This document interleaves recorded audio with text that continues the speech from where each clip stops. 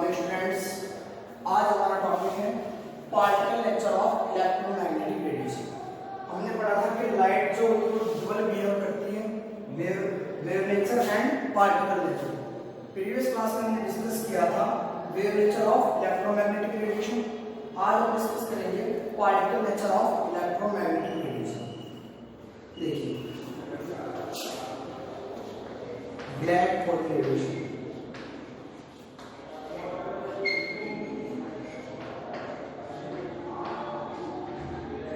Particle nature को explain करने के लिए plant quantum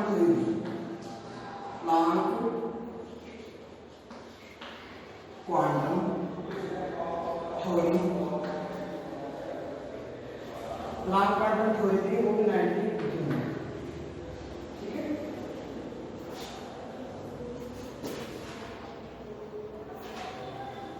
plant quantum theory को 1980 में नोबेल प्राइज दिया गया।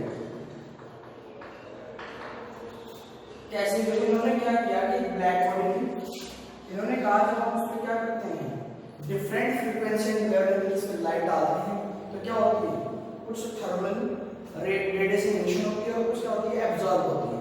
तो उसको उसी को समझाने के लिए इन्होंने क्या किया था, प्लांट क्वांटम थ्योरी दी थी। इन्होंने क्या एक्सप्लेन किया,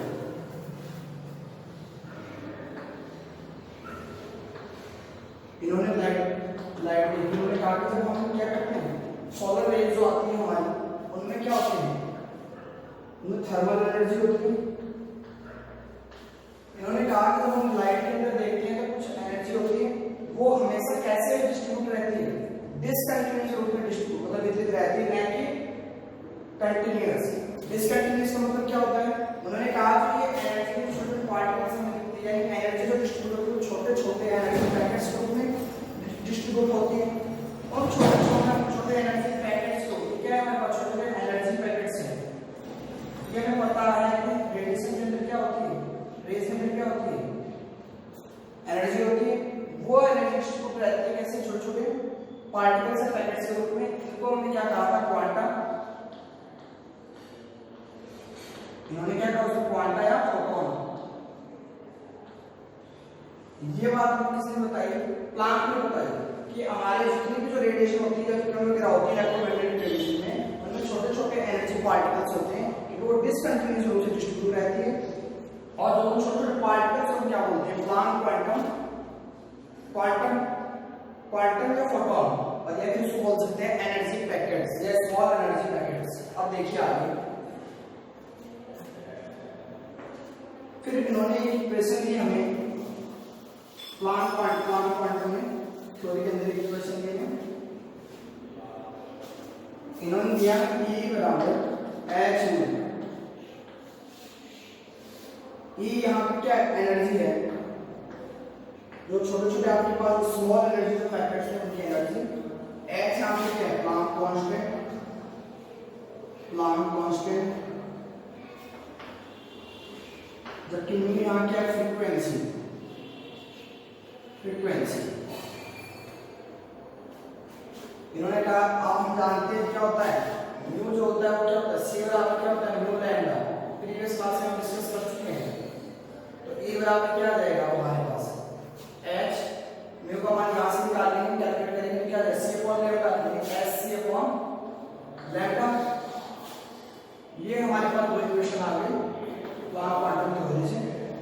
h का मान क्या होगा यहाँ पे 6.622 into 10 की पावर -34 जूल सेकंड यूनिवर्स। 6.626 कर सकते हो आप। ठीक है, ये आपके पास क्या आ गई, जूल में इसकी आ गई 34, यानी आपके पास क्या गया, ये जो प्लांक कांस्टेंट था आपके समान कितना था 6.626 into 10 की पावर -34 जूल पर सेकंड। तो हम देखिए तो यहाँ पे हमको क्या पता, ये क्या है, यहाँ पे लाइट स्पीड है, और ये क्या है यहाँ पे वेवलेंथ। प्रीवियस क्लास में हमने डिस्कस किया था जो वैक्यूम होता है उसमें ऑल इलेक्ट्रोमैग्नेटिक वेव्स या radiation are same speed to move, मतलब वो सेम स्पीड से क्या करती थी, मूव करती थी। इसका मान भी हमने देखा था कितना होता है, 3 × 10⁸ मीटर पर सेकेंड। ये हमने इसका मान भी बात देख लिया था। ये हमारे पास वेवलेंथ है। अब हम पढ़ते हैं इसी को, पार्टिकल लेक्चर को एक्सप्लेन करने के लिए सेकंड पॉइंट आता है फोटो इलेक्ट्रिक इफेक्ट, जो कि किसके द्वारा दिया गया था, आइंस्टीन के द्वारा दिया था 1905 में। और उसके लिए उनको क्या मिला था, नोबेल प्राइज मिला था 1921 के अंदर। तो देखिए what is photo electric effect. पहला तो प्राथमिक से समझाने का प्रयास किया। इसमें पार्टिकल्स नेचर होते हैं, वो छोटे छोटे पार्टिकल्स में क्या होती है, एनर्जी होती है। एनर्जी का इसको क्या बोलते हैं, क्वांटा या फोटोन। और हम देखेंगे photo electric effect. Photo electric effect, देखो फोटो इलेक्ट्रिक इफेक्ट को समझो आप।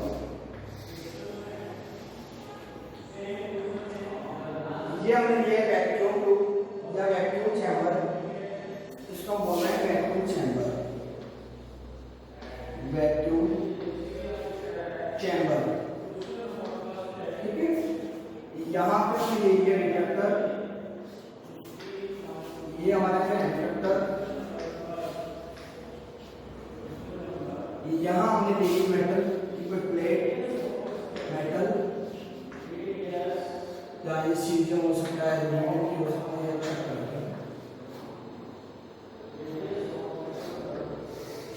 यहाँ हमने इसको क्या कर दिया, बैटरी से डिनोट कर दिया इसको। यहाँ हमने एमीटर लगा दिया इसमें, एमीटर। अब देखिए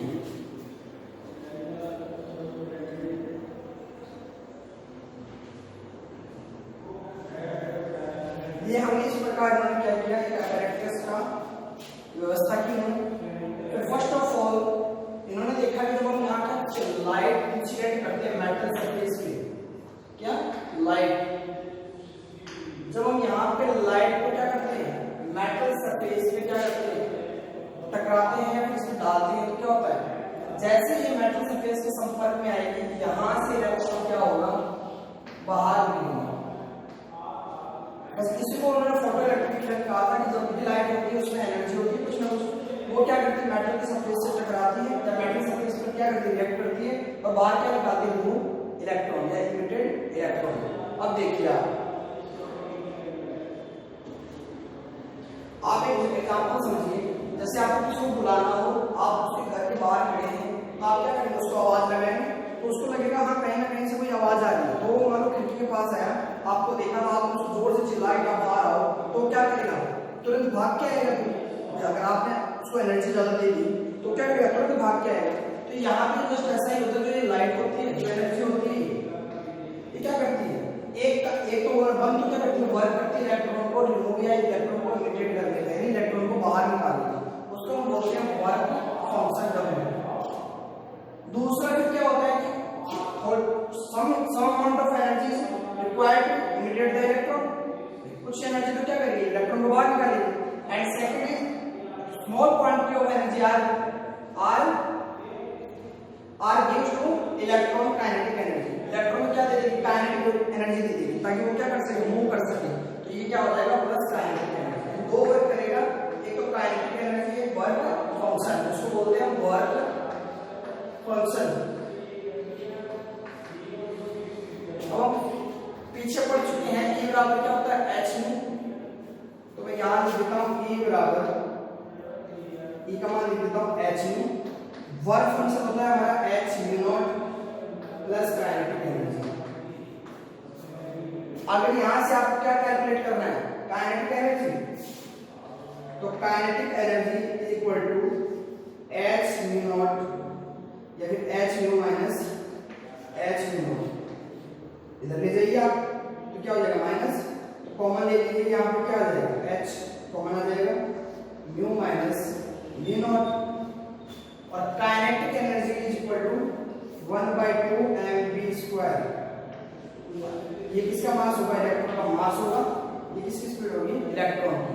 ये था काइनेटिक एनर्जी। यहाँ से क्या कैलकुलेट कर सकते हैं, काइनेटिक एनर्जी कैलकुलेट कर सकते हैं।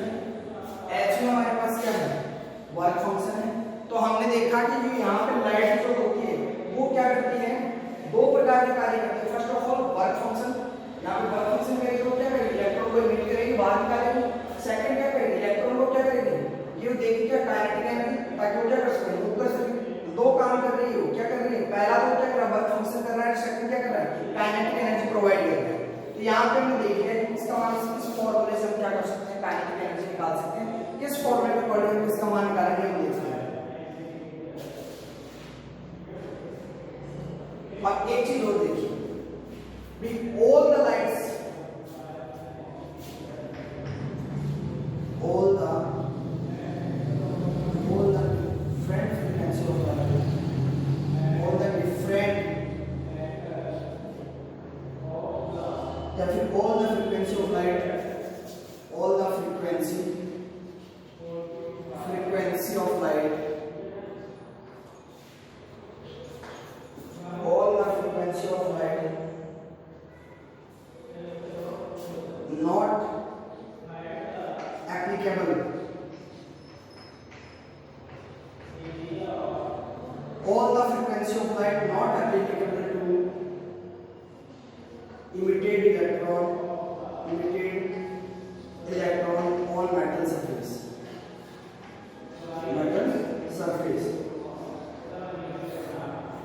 ये देखिए इन्होंने कहा कि यहाँ पर जो लाइट होती है सबके पास क्या होती है, डिफरेंट फ्रीक्वेंसी होती है हमारे पास, सभी प्रकार की फ्रीक्वेंसी क्या नहीं कर सकती, यहाँ से मेटल की सरफेस से इलेक्ट्रॉन को बाहर इमिट नहीं कर सकती। उसके लिए हमें वह एनर्जी, जो मिनिमम एनर्जी, मिनिमम फ्रीक्वेंसी जो होती है, जो इलेक्ट्रॉन को इमिट कर दे, उसको हम बोलते हैं थ्रेशोल्ड फ्रीक्वेंसी। देखो थ्रेशोल्ड फ्रीक्वेंसी क्या होता है, थ्रेशोल्ड फ्रीक्वेंसी, थ्रेशोल्ड फ्रीक्वेंसी क्या होती है, मिनिमम एनर्जी ऑफ या minimum frequency of emitted electron, minimum frequency is required to emit electron, मतलब जिसके पास इतनी फ्रीक्वेंसी हो इलेक्ट्रॉन को बाहर निकाल सके मिनिमम, उसको हम क्या कहते हैं, थ्रेशोल्ड फ्रीक्वेंसी बोलते हैं। यहाँ पे थ्रेशोल्ड फ्रीक्वेंसी कौन सी थी हमारे पास, म्यू नॉट क्या है हमारे पास, थ्रेशोल्ड फ्रीक्वेंसी, ठीक है। तो थ्रेशोल्ड फ्रीक्वेंसी क्या होती है, लाइट के अंदर मौजूद वह फ्रीक्वेंसी जो क्या करती है, इलेक्ट्रॉन को इमिट कर देती है या बाहर निकाल देती है, उसी को हम क्या बोलते हैं, थ्रेशोल्ड फ्रीक्वेंसी। एक बार फिर से बता देता हूँ, फोटो इलेक्ट्रिक इफेक्ट क्या होता है। देखो what is photo electric effect, photo electric effect में हम किस प्रकार के apparatus लेते हैं, वहां क्या करते हैं, यहाँ मेटल सरफेस के ऊपर क्या करते हैं, लाइट को क्या करते हैं, लाइट इस पर क्या करते हैं, लाइट को डालते हैं, फॉल डाउन लाइट, इस पे हम लाइट को जैसे डालेंगे तो यहाँ से इलेक्ट्रॉन क्या होता है, बाहर निकलता है। तो सबसे पहला हमारा पॉइंट क्या हो जाएगा, ये हमें पहला पॉइंट देखा है वर्क फंक्शन, ये सबसे पहले वर्क करेगा इलेक्ट्रॉन को इमिट करने का। सेकंड क्या करेगा, ये काइनेटिक एनर्जी प्रोवाइड करवाएगा इलेक्ट्रॉन को। फिर इनको हमने देखा कि यहाँ पे ये जो हमारी इक्वेशन लिखी बराबर है इसको, तो यहाँ पे तो वर्क फंक्शन होता है, काइनेटिक एनर्जी होता है, जो टोटल एनर्जी बराबर होता है जो लाइट के अंदर मौजूद होती है। फिर हम देखा h को बराबर कितना आता है, h में वापस काइनेटिक एनर्जी, इस फॉर्मूले को पढ़े हम क्या निकाल लेते हैं, half m square h minus kinetic energy क्या कर सकते हैं, कैलकुलेट कर सकते हैं। फिर इन्होंने कहा कि जरूरी है जब all the frequency of light, मतलब विभिन्न प्रकार की, सभी को पता है जो इलेक्ट्रोमैग्नेटिक रेडिएशन होती है उसमें क्या होती है, डिफरेंट फ्रीक्वेंसी, डिफरेंट वेवलेंथ होती है। जरूरी नहीं है कि सभी फ्रीक्वेंसी की लाइट क्या कर सके, यहाँ से इलेक्ट्रॉन निकाल सके मेटल सरफेस से। तो वह मिनिमम एनर्जी, मिनिमम फ्रीक्वेंसी या minimum frequency required to emit electron, वह मिनिमम फ्रीक्वेंसी जो लाइट के क्या कर सके, यहाँ इलेक्ट्रॉन को इमिट कर सके यानी बाहर निकाल सके, उसी को हम क्या कहते हैं, थ्रेशोल्ड फ्रीक्वेंसी।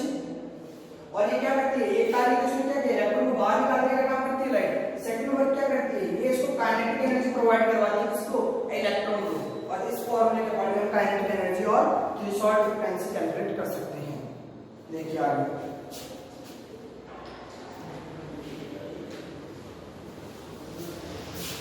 ये दो पॉइंट हो गए, थ्रेशोल्ड फ्रीक्वेंसी और the number of, third point देखिए, the number of emitted electron, कौन से, कितने नंबर इलेक्ट्रॉन के रिमूव होते हैं, इमिट होते हैं, बाहर निकलते हैं यहाँ से, what is directly proportional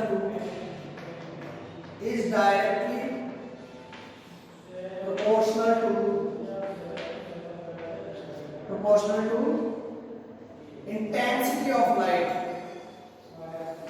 intensity of light। Third point क्या था, यहां से कितने नंबर ऑफ इलेक्ट्रॉन यहां से क्या होंगे इमिट होंगे, किस पर डिपेंड करता है, इंटेंसिटी ऑफ लाइट। यदि आप इंटेंसिटी बढ़ाते जाओगे इसकी लाइट की तो क्या होगा, यहाँ पे इमिटेड इलेक्ट्रॉन भी क्या होते जाएंगे, इंक्रीज होते जाएंगे।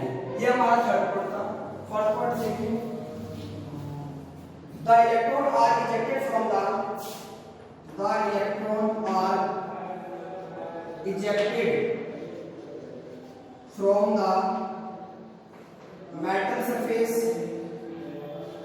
metal surface ejected from the metal surface as soon as beam of the light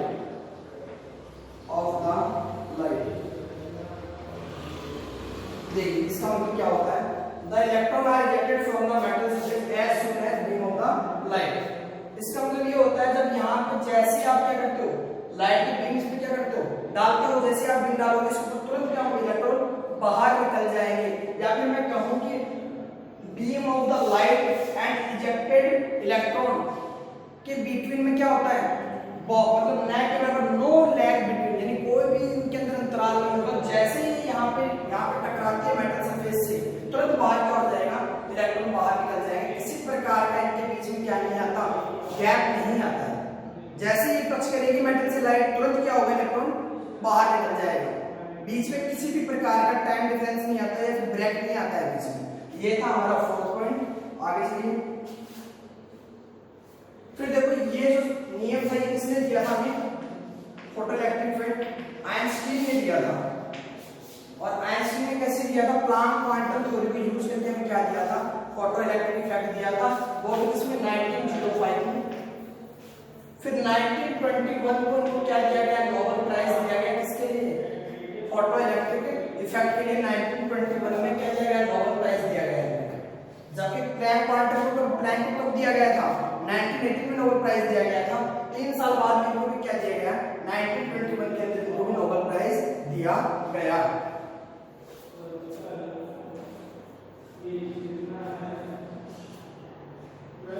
एक पॉइंट और देखिए, kinetic energy of the ejected electron, ये जो इलेक्ट्रॉन निकला है इसकी जो काइनेटिक एनर्जी है तो डायरेक्टली प्रोपोर्शनल होती है इसके, डायरेक्टली प्रोपोर्शनल टू फ्रीक्वेंसी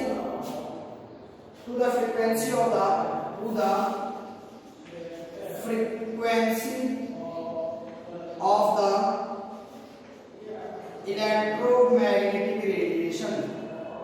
ये किस पे डिपेंड करती है, डायरेक्टली, कि जो आप यहाँ पे जो इलेक्ट्रोमैग्नेटिक रेडिएशन या जो लाइट जो डाल रहे हो उसके ऊपर, उसके अंदर कितनी फ्रीक्वेंसी है उसी के ऊपर डिपेंड करता है कि कितने इलेक्ट्रॉन बाहर निकलेंगे। जितनी ज्यादा फ्रीक्वेंसी उतने इलेक्ट्रॉन क्या होंगे, बाहर निकलेंगे।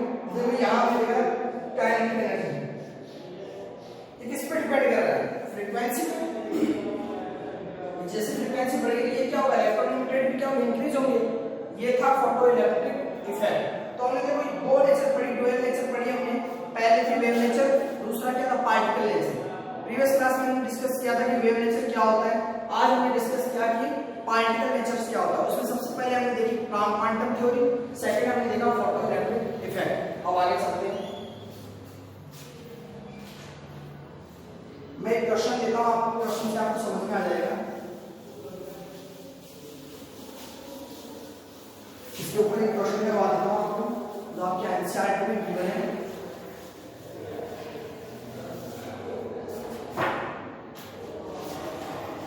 आप क्वेश्चन लिखिए, when electromagnetic radiation of wavelength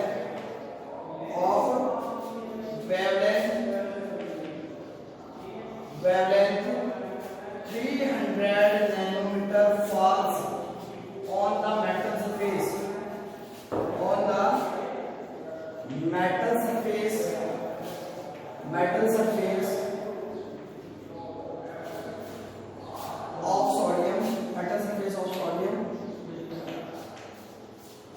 electron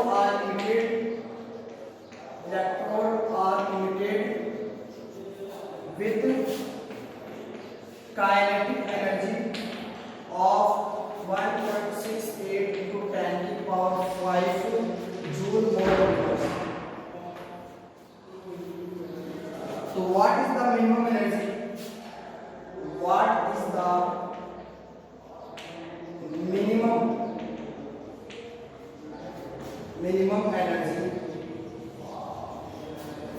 energy to remove an electron from sodium, and what is the maximum wavelength, and what is the maximum wavelength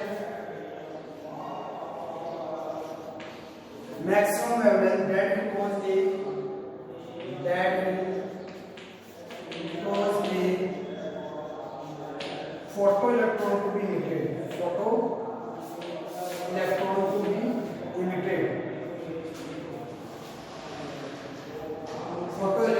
be emitted. ये देखिए क्वेश्चन. तो क्वेश्चन में क्या कहता है, आपके पास क्या मेटल की सरफेस है, हमने फोटोइलेक्ट्रिक इफेक्ट में क्या देखा था, मेटल की सरफेस पे हम क्या डाल रहे थे, लाइट डाल रहे थे उसमें. तो यहाँ पे मेटल क्या आपके पास सोडियम मेटल है आपके पास, उसके ऊपर क्या कर रहे हैं, जो आप जो लाइट डालते हो इलेक्ट्रोमैग्नेटिक रेडिएशन जो आप क्या कर रहे हो उसमें फॉल कर रहे हो, उसकी वैल्यू कितनी है 300 नैनोमीटर. जैसे आप 300 नैनोमीटर निकालते हो तो वो इलेक्ट्रॉन क्या होंगे, बाहर निकलेंगे, उससे इलेक्ट्रॉन क्या होंगे, इजेक्टेड होंगे, और इलेक्ट्रॉन के पास काइनेटिक एनर्जी कितनी होगी 1.685 10 की पावर 5 जूल मोल इनवर्स.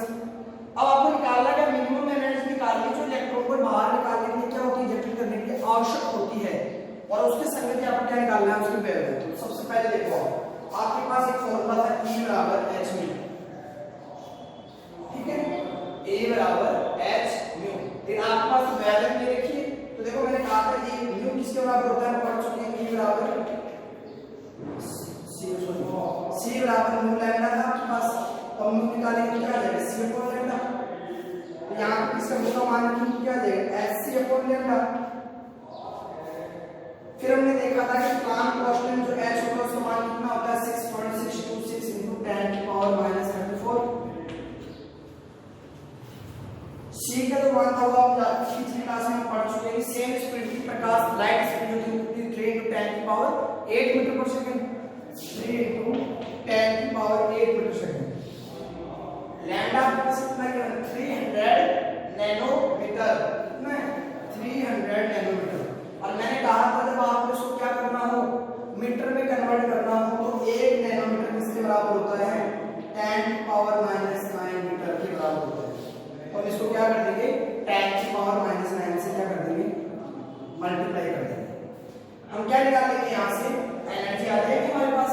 तो देखो इसको जब आप सॉल्व करोगे तो आपके पास आएगा 6.626 into 10 की पावर -19 जूल. ये आपके पास क्या आ गई एनर्जी आ गई. अब देखिए the energy of 1 mole of photon, the energy of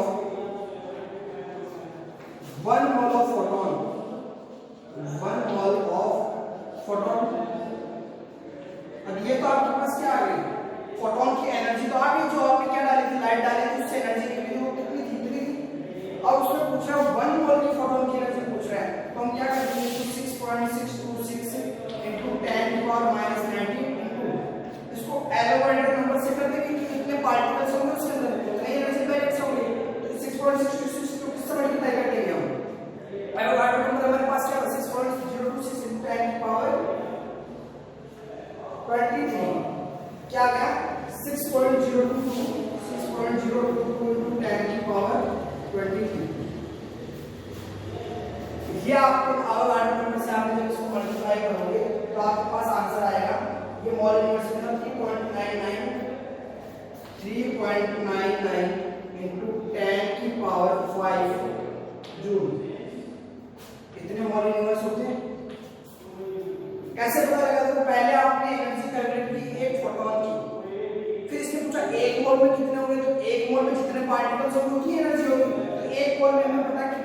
कैसे होते हैं 6.02 × 10⁻23 मोल होते हैं उसमें।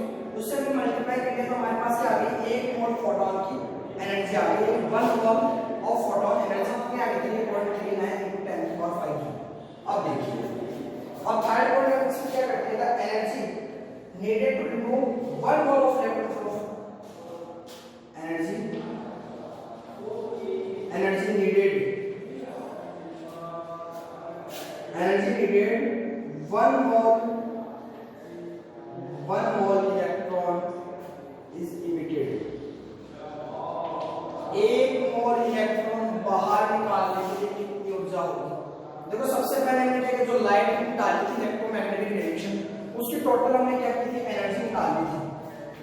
एक फोटोन की जो एक पैकेट बनते हैं बताया था छोटे छोटे पैकेट बनते हैं उस पैकेट की एक पैकेट की आपने एनर्जी निकाली तो 1 मोल की कितनी हो जाएगी। ठीक अब आपको क्या निकालना है एक इलेक्ट्रॉन के लिए निकालना है आप डिवाइड किससे करोगे या फिर माइनस किसको करोगे। देखो भाई 1 मोल एनर्जी क्या होगी काइनेटिक एनर्जी निकालनी है आपको इसकी 1 mole of electron from solid कैसे निकालोगे आपके पास आएगा 3.99 माइनस ठीक है आपके पास काइनेटिक एनर्जी कितनी है 1.68 into 10⁵ ये कैसे निकाला आपने एक फॉर्मूला देखा था जो एनर्जी जो गिवन होती है मेटल सरफेस पे वो 2 वर्क करती है तो वर्क फंक्शन और एक दूसरा क्या करती है काइनेटिक एनर्जी। ये वर्क फंक्शन क्या करती है इलेक्ट्रॉन को बाहर निकालती है दूसरा काम क्या करती है वो इलेक्ट्रॉन को एनर्जी देती है काइनेटिक एनर्जी। तो देखो W0 प्लस काइनेटिक एनर्जी। अब आपके पास काइनेटिक एनर्जी गिवन है ये आपने कैलकुलेट कर लिया था 1 मोल के लिए क्योंकि आप 1 मोल इलेक्ट्रॉन को बाहर निकाल रहे हो तो निकालने के लिए क्या करना पड़ेगा वर्क करना पड़ेगा आपको।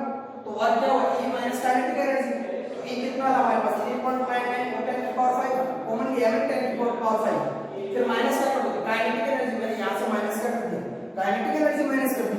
आगे देखिए इसका आंसर आएगा आप कैलकुलेट करोगे तो 3.31 × 10⁵ जूल मोल इनवर्स। ये आपके पास क्या आ गई एनर्जी आ गई इसकी 1 मोल इलेक्ट्रॉन इमिटेड की। अब आगे देखिए लास्ट में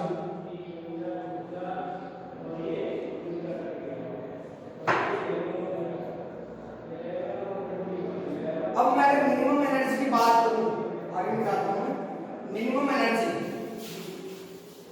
भाई हमने सबसे पहले तो निकाल ली इसकी 1 मोल इलेक्ट्रॉन निकाल रहे हैं। अब मेरे को एक इलेक्ट्रॉन निकालने के लिए मिनिमम एनर्जी चाहिए तो मिनिमम एनर्जी करने के लिए क्या मेरे पास एनर्जी कितनी है 3.99 × 10⁵ ये मेरे पास क्या है मिनिमम एनर्जी है।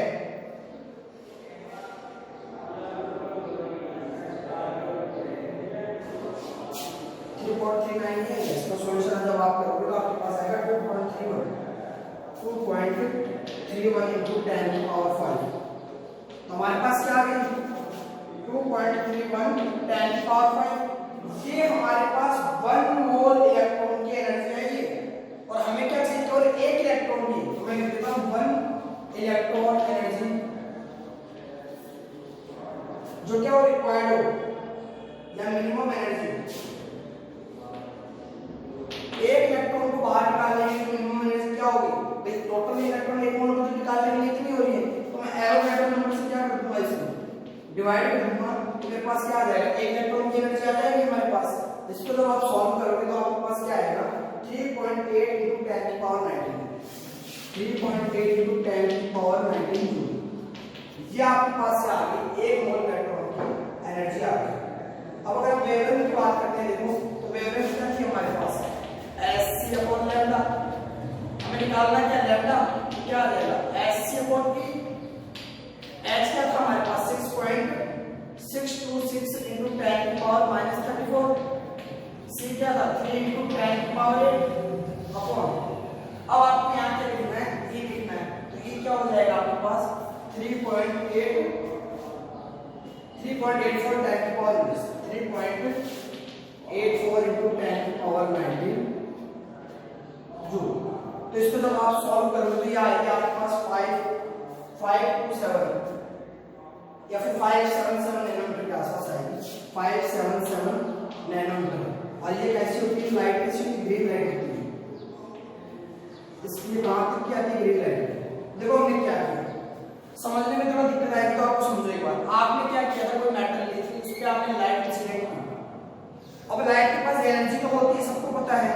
वो एनर्जी क्या करती है, दो वर्क करती है। पहला वर्क तो क्या करेगी, यहां से इलेक्ट्रॉन को बाहर निकालेगी, यानी इलेक्ट्रॉन को इजेक्टेड करेगी, पहला वर्क। फिर दूसरा क्या करेगी, इसको क्या देगी, काइनेटिक एनर्जी। यानी टोटल एनर्जी तो दो काम कर रही है, एक तो काइनेटिक एनर्जी और जो इलेक्ट्रॉन बाहर निकाल रहे हैं उसको क्या बोलते हैं, वर्क फंक्शन। फिर हमने देखो क्या किया, सबसे पहले हमने कैलकुलेट किया, यहाँ पे ई कैलकुलेट कर लिया, उसके पास एनर्जी कितनी थी लाइट के अंदर। तो मैंने लाइट के अंदर एनर्जी निकाली है, और सी का मान रख के लैम्डा में v1 था 300 नैनोमीटर, तो हमारे पास ये आ गई हमारे पास एनर्जी। फिर मैंने क्या देखा कि ये एनर्जी तो आ गई, अब वो कितने मोल इलेक्ट्रॉन जो हमारे पास एनर्जी फोटोन है, भाई हमें पता है एनर्जी क्या रहती है, छोटे छोटे पैकेट्स के रूप में, फोटोन के रूप में रहती है, तभी तो हमने E बराबर h लिखा था फोटो इलेक्ट्रिक इफेक्ट। तो हमें टोटल फोटोन की एनर्जी निकालनी तो कितनी आ गई, एक मोल के अंदर कितनी आ गई, 3.9 है। ये तो एक फोटोन की थी, ये एक मोल फोटोन की है, ठीक है। फिर मेरे को एक मोल इलेक्ट्रॉन बाहर निकालने की एनर्जी चाहिए थी। अब मुझे एक मोल बाहर निकालने के लिए एनर्जी चाहिए थी, तो कोई एनर्जी तो जो वर्क फंक्शन करेगी, जो काम करेगी आपने। तो मैंने यहाँ से फॉर्मूला लिया था, इसमें क्या कर दिया, काइनेटिक एनर्जी बदलेगा, ई में से क्या कर दिया, काइनेटिक एनर्जी माइनस कर दी।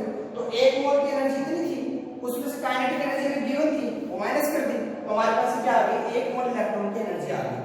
अब हमें क्या करना है, एक मोल इलेक्ट्रॉन की हमारे पास एनर्जी तो आ गई, अब हमें एक इलेक्ट्रॉन बाहर निकालने के लिए एनर्जी कितनी, मिनिमम एनर्जी कितनी रिक्वायरमेंट होती है वो देखते हैं। फिर हमने क्या देखा, ये हमारे पास एक मोल इलेक्ट्रॉन के लिए थी एनर्जी, अगर मैं इसको एक आटम नंबर से डिवाइड करता हूं, मेरे पास क्या आ जाएगी, एक इलेक्ट्रॉन की एनर्जी आ जाएगी। ये था हमारा फोटो इलेक्ट्रिक इफेक्ट। आज के लिए इतना ही, बाकी नेक्स्ट क्लास में